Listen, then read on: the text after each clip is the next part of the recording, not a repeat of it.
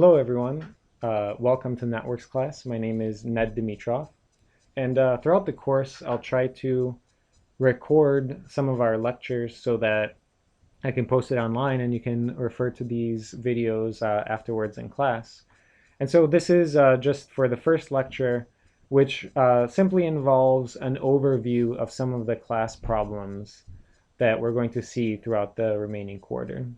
So the class is all about networks, and when we hear the word network, we automatically have certain pictures that come to our mind. So the kinds of pictures that we might come to our mind are things like the Twitter social network pictured up here on the top left.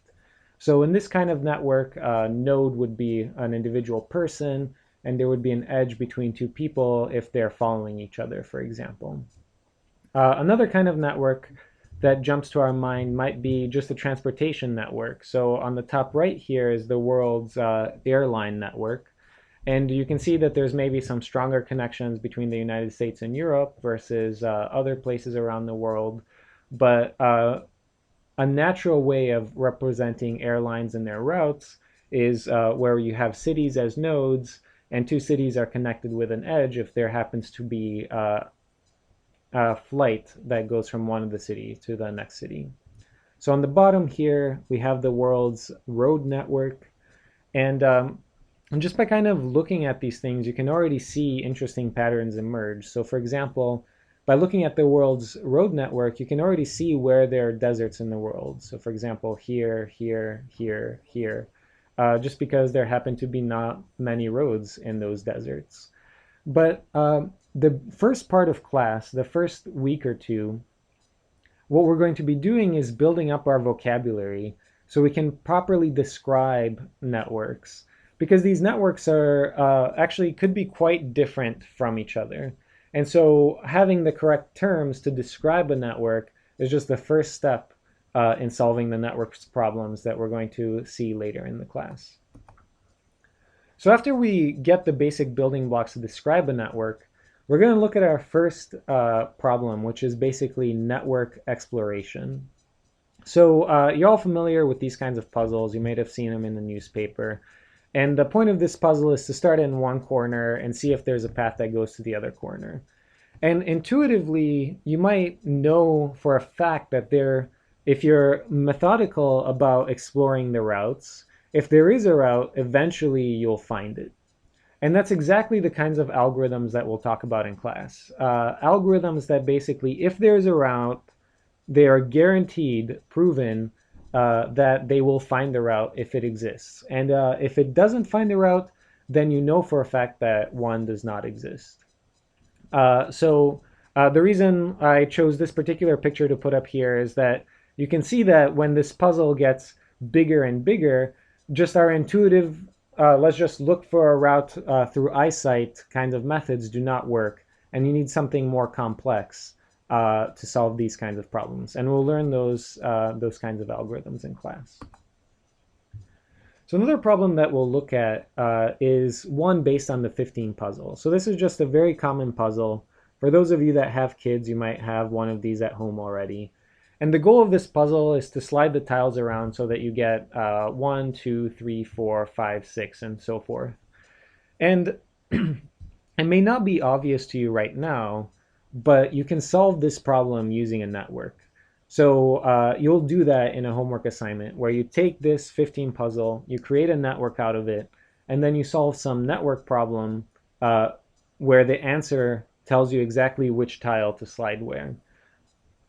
So a lot of the problems that I'm talking to you about in this presentation, we won't necessarily do in lecture. Instead, there'll be the kinds of things where I'll be lecturing about some subject, and then you'll get this homework as a problem assignment, as a homework assignment, and it'll be up to you to figure out exactly how to use the lecture topics to solve this problem. And then after you do that, we'll get back in class and discuss the results. So here's another problem that may initially not be obviously a network problem. So imagine that I'm running a bus company and I have different employees, all with different levels of seniority, and each of them has a different kind of numbers of hours they can work. So for example, maybe this person can work 9 to 3, and then again 5 to 7. well, this lady can work, let's say, 8 to 10, and then again from 3 to 4 or something like that. And then also based on everybody's seniority level, I have different amounts of money that I have to pay them per hour. And ultimately, what I'd like is to figure out what kind of staffing decisions I need to make sure that my bus can run, let's say, from 9 o'clock in the morning to 9 o'clock in the evening. So, who should I hire um, to do that at minimal cost? And so, if you're careful about defining exactly what the network is, you can solve this problem using a network kind of problem. So here's maybe a more military application. So imagine that we have some kind of weather condition that's moving through a particular area. Let's say it's moving like this. And we have a ship that we'd like to route from some location, let's say over here, to over here. And what we need to do is we need to do this as quickly as possible, but we also at the same time want to avoid the severe weather conditions. And so the question is, how do we actually route this ship in this dynamic environment where the weather condition is moving over time?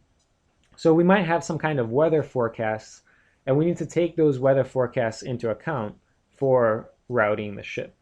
So, and this is an application that people actually in the OR department here at NPS have implemented for the Navy. So this next application is one that I find maybe a good 10 to 15% of class has already done in their regular jobs. So um, imagine that I have some kind of big project. So this big project might involve hundreds of little tasks. So let's just imagine a construction site here. So one of the tasks might be build the second floor. But before I can build the second floor, I have to build the first floor and I have to lay the foundation. And so there's some kind of prerequisites to each of the tasks. So the question is, when I have these 1,000 tasks, first of all, what's a good ordering that allows me to complete the project and to satisfy all the prerequisite? And then the second question is, how can I complete this project the fastest? So in other words, what's the fastest time that I could possibly hope to get this project out? And so it turns out that this is a network problem. And in fact, the applications that many of you may have worked with is Microsoft Project. So Microsoft Project is doing this kind of network problem to figure out the ordering for you and to let you know how quickly you can get things done. So another kinds of construction type problem that we'll see in class is the following.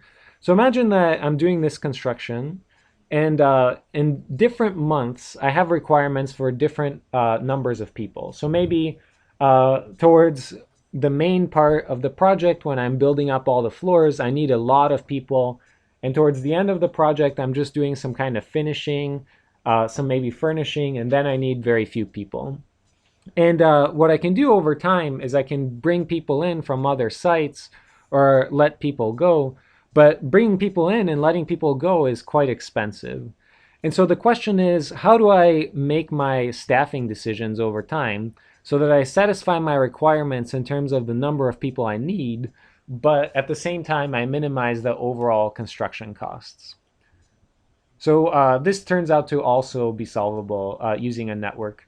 And surprisingly, the answer to this question is very similar to the answer to the 15 puzzle that we saw earlier. And in class, we'll see why that is. So here's kind of maybe the most common network application that might come to your mind when you're thinking about networks problems. So we've all used this. This is all kinds of routing software out there, little GPS devices, Google Maps, MapQuest, etc. And you can do something like, say, give me a path from California to New York. And Google Maps in just, very short amount of time, half a second, will give you a route. Now, there is a number of questions here. So the first question is, how can Google do this? Because they have a ton of data on roads. So every little road of every little town between California and New York. And so it's really physically impossible for them to look at all of this data in the half second in which they return the answer. So they're doing something special, which is they're not looking at all of the data to compute the answer. And so we'll figure out what are ways to get these routes very quickly without necessarily looking at the entire gigantic network that you have. But another question that comes up quite practically is the following. So I happen to use a very cheap GPS, and this device is just giving me terrible routes. So one of the things that it does is just to save 200 feet or so, it'll place me on a route that has maybe 6 turns in it. And so somehow I want a route that not only is short, but also provides the minimal number of turning. So if there's something straight, I want to take that instead of doing these 6 turns through some kind of little roads in a town. And so we'll look at that in class as well. How do you create a routing system that, in addition to distance, also takes into account the number of turns? So another way of looking at that last problem is the following. So before we had shortest path. We were looking at the fastest way of getting from California to New York. But another question you might ask is, what's the safest route? So imagine that here I have a bunch of historical data on what's the likelihood of encountering an IED on different roads of a particular country. And my job is, let's say, to get a convoy from some particular place to some other place. And what I'd like to do is find the safest route for my convoy. So the route where it's least likely to encounter an IED, say. So it turns out that this problem is very, very similar to the Google Maps problem. And so we'll see why that is in just a few weeks. So one of the central parts of the course is going to be to create a small group project where you analyze some kind of real world network. So in preparation for that, in the middle of class, we're going to do a sequence of homework assignments that you can think of as kind of a small practice project that we'll do as a class. So in this practice project, what we're going to do is we're going to pretend that there's a drug smuggler that's running out of Flagstaff, Arizona, and he's trying to get out of the state as quickly as possible. And what our job is to work with the Arizona State Police to figure out which highways they might be able to put a roadblock on to kind of make this guy's life as hard as possible in terms of running out of the state. And so we're going to encounter a number of both fundamental modeling issues in looking at this problem and fundamental issues in terms of actually getting an answer for a real world situation. So one of the modeling issues is going to be, at what level of detail do you model this problem? So you might kind of look at a level of detail over here on the left, where I'm just looking at the major highways, or you could take a look at this detail on the right, where there's a lot more roads here. So the question is, which one of these should I use, and why is that? And so you're going to run into similar kinds of modeling questions in your class project. And we're also going to be doing a lot of GAMS programming to actually get specific answers to these problems. And so we'll get some practice using this key pieces of software as well. So another kinds of network that's very common is a telecommunication network. So imagine here I have a telecommunication network. And a key question that one might ask about a communication network is, what is its reliability? And in particular, what I want is, if I have a person A trying to communicate with person B, I want there to be multiple routes connecting person A and person B, so that if there were only one route, there would be kind of a single point of failure. If one of those relays somehow goes down, then A and B can no longer communicate. And I want my communication network to be robust, and so I want to be able to count things like how many paths can A and B use to communicate with each other. And so we'll look at different ways of counting this in class. So let's go back to some of the social network examples that we saw at the beginning of class. So the picture up here on the left comes from a early 1970s paper where a sociologist was looking at a karate club. So each of the nodes here represents an individual in the karate club. And if there's an edge connecting two nodes, it represents that those two individuals are friends. And so the sociologist mapped out the karate club's social network and then asked the question, what if this karate club were to split into two? how would this karate club split into two organizations? And so he ran a particular network algorithm and he got a prediction. So over here in red are sort of one part of the split, and in blue is the other part of the split. And it just so happened that the karate club did split into two organizations just a couple of weeks after, or maybe a few months after this happened. And what happened in reality is that this prediction was essentially just one person off. So it wasn't exactly right, but it was pretty much right in terms of who went with which organization. And you can do this with all kinds of other networks. So for example, over here on the right is the US Senate network. And just by looking at voting records and looking at sort of a network splitting algorithm, you can very easily separate the Republicans from the Democrats. And so the reason these kinds of questions are important is that you might ask this kind of question of a terrorist network. So over here on the bottom left, we have the Kenya and Tanzania bomber social network. And you might ask, okay, we have this terrorist organization. We know they're a social network. As we put pressure on this terrorist organization, it might begin to fracture into little smaller organizations. So how would those smaller organizations look like? Who would be their members, etc.? And so you might apply a similar kind of network analysis to that question. So another problem that we'll look at is a problem that detailers face essentially day in and day out. So they have all of these sailors that they need to assign to jobs, and they have all kinds of different requirements that they have to satisfy. So for example, not every sailor is eligible to every kind of jobs. There's the personal preferences. But another thing that detailers get a lot of pressure on them about is minimizing PCS costs. So every sailor currently has a position, and there's different jobs in different locations, and they want to do the matching in such a way so that they minimize the overall cost of the Department of Defense in terms of moving people around. And it turns out that you can do this as a network problem. And in fact, people have done kind of similar job assignment applications for, I know most recently the Marines, in terms of staffing Marines in various embassies. So another kind of network problem that may not be obviously a network problem to you is the following. So imagine that you're running a timber company and you have, let's say, 3 different forests here.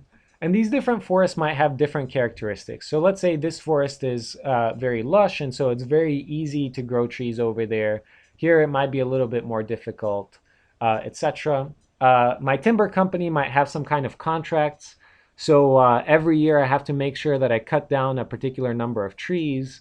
And at the same time, maybe I don't want to cut too many trees down because that would flood the market and prices would bottom out. But for every tree that I cut down, I might be making some profit. And so the question is, how does this timber company actually manage its resources? In which year, from what piece of property should they cut down trees, and how many of those trees should they cut down to basically maximize their profits? So we're going to look at solving this problem using a network. And kind of a very similar problem to that trees problem is the following. So imagine that you're running a corporation. Let's say you need some kind of IT help. And the IT help could come from either IBM or Microsoft. And each of these companies is offering you 2 kinds of people, maybe experienced contractors and inexperienced contractors. And you know you need some kind of mixture of each of these. So maybe over here you need, in Austin, you need 2 experienced guys and 5 inexperienced guys. In Seattle, you need, let's say, 3 experienced and 5 inexperienced and so forth. And so these companies could also be charging you different amounts. Maybe IBM is cheap in Austin, but it's expensive in Seattle. Microsoft is based in Seattle, so maybe it's very cheap in Seattle, and so forth. So then the question is, which contractors do you hire where so that you satisfy your requirements, but at the same time you minimize your costs? So this next application is a new one to class, and it comes from just a New York Times article that my wife read maybe 2 months ago or so. So there's basically an organ shortage in the country. There's a lot more need for transplants than there are organ donors. But one of the things that happens is that if it's your child or your mom or your husband that needs a kidney transplant, then you're very willing to donate your own kidney to save their life. But the downside of that is that often your kidney is not necessarily compatible with their body. And so you can't directly donate your kidney. And so there's a company out there that basically does the following. If I'm willing to donate to my child and you're willing to donate to your child, and let's say that I'm not compatible with my child and you're not compatible with yours, but we're compatible with each other's children, then we can essentially kind of do a swap where I give my kidney to your child and you give your kidney to my child, and everybody benefits at the end. So it turns out that this is a network problem, and we're going to look at how to solve it later in class. And so this is kind of the most complicated network problem that we're going to look at in this class, which is imagine that you have just kind of a global supply chain. And this global supply chain might have a number of different kinds of materials that it's moving around. Let's say coal, oil, grain, iron ore, LNG. And I have a number of ports here, and each port might be a net producer of one quantity, but a net consumer of another quantity. So maybe over here, I'm getting a lot of grain, but I need a lot of iron ore, for example. And so the question is, how can I move these supplies around the world to satisfy the various demands around the world? And I might not be totally free to do this because some shipping lanes, let's say this one, might be very limited in the amount of ships that are available to sail that particular shipping lane. So maybe I need a special kind of ship to ship liquefied natural gas. And so maybe there's only 3 of those ships available on this particular route. And so that limits my ability to transport on that route that particular commodity. But even under those constraints, we want to know, is it possible to ship all of these things around the world? And if so, how to actually do it. Now, I mentioned briefly that a central point of class is going to be this class project. And I just want to conclude here by giving you 4 examples or so of different class projects done in past quarters. So in this particular class project, the students were looking at a warship that's traveling through a strait. So the problem here is that the warship is traveling through, and there might be some indigenous traffic, but there might be some kind of terrorist group that wants to run a small boat through this indigenous traffic and to collide with your warship over here. And the kinds of things that you can do is you can send out a helicopter ahead of the warship to look for somebody who might be traveling through that path. And the basic question is, where should we send out these helicopters to maximize the safety of the ship? And so it turns out you can analyze this using a network, and this team did a particularly good job of doing that. So just to show you another example, imagine that over here in some kind of border region, and I have all these networks of little trails, and maybe there's some bad guys that are trying to get from one side of this border region to the other side of the border region. And what we can do is maybe place some outposts. So let's say we can place an outpost on this border trail. And if we do that, it might make it more difficult for people to at least use this particular trail to make it through. And so the question is, how many outposts do you need, and where should you place them to make the bad guy's life as difficult as possible? Another question that you might ask, particularly in terms of communicating something like this to a superior, is, are 5 outposts significantly better than 4 outposts? So it's often the case that when you have just one extra outpost, you can do things in a very different way than you could with 4. So it's not like you're just getting the same amount of incremental bump up with each additional outpost. It could be the case that 4 outposts are totally useless, but 5 outposts really, really get the job done. And so this is the kind of analysis that we'll look at. And this, by the way, is not Afghanistan or anything like that. This is Yosemite National Park. So another particularly cool project that came out of last last quarter was a group that worked with the Monterey Fire Department to analyze the fire department's responsiveness to fires in different areas of the Monterey Peninsula. So they went and they met with the fire department and they got the locations of the various fire stations. And they also got sort of data on how many trucks of each type there are in the various fire stations. Then they created a number of scenarios. So, for example, a fire at the airport, a fire at the hospital, etc. And they looked at the response time that the fire department has to those fires in those locations. And then, in addition to that, they looked at things like if the fire department was under budgetary pressure and they had to close down a fire station, which fire station should they close down so that they kind of keep their responsive level as high as they need it? Or is that even possible? Or is it is it the case that if you lose one fire station, all of a sudden your response time becomes terrible in certain locations? And another particularly cool thing that this team did was since they actually had these contacts with the fire department, they actually brought the fire department in to listen to their class presentation at the end of class. So this last one that I'm going to show you, I also think is particularly cool because it's not even from the networks class. So this is students taking the lessons that they learned from networks class and going on and applying them to other situations in other classes. So this particular example comes from a joint campaign analysis class. And the scenario here is that you have a terrorist group on this island. They're getting supplies from over here. And our job is to figure out how many naval ships that we need and where to position those ships to essentially blockade this terrorist group from receiving supplies. And so what they did was they created a network here of possible routes that the supplies could move on, and then looked at the positioning of various naval ships to try to cut off the terrorists' ability to resupply. And so you might already intuitively begin to see that this is quite similar to that border region outpost example that we saw a little bit earlier. But the point of the project is that it's just incredibly open-ended. I mean, you can really take it in any direction that you want. I really encourage you to pick a direction that's personally motivating to you because you're going to spend a lot of time doing this kind of analysis. So pick something that you find interesting, pick something that you feel confident in based on your past jobs, pick something that's timely that you think people would be interested in hearing about.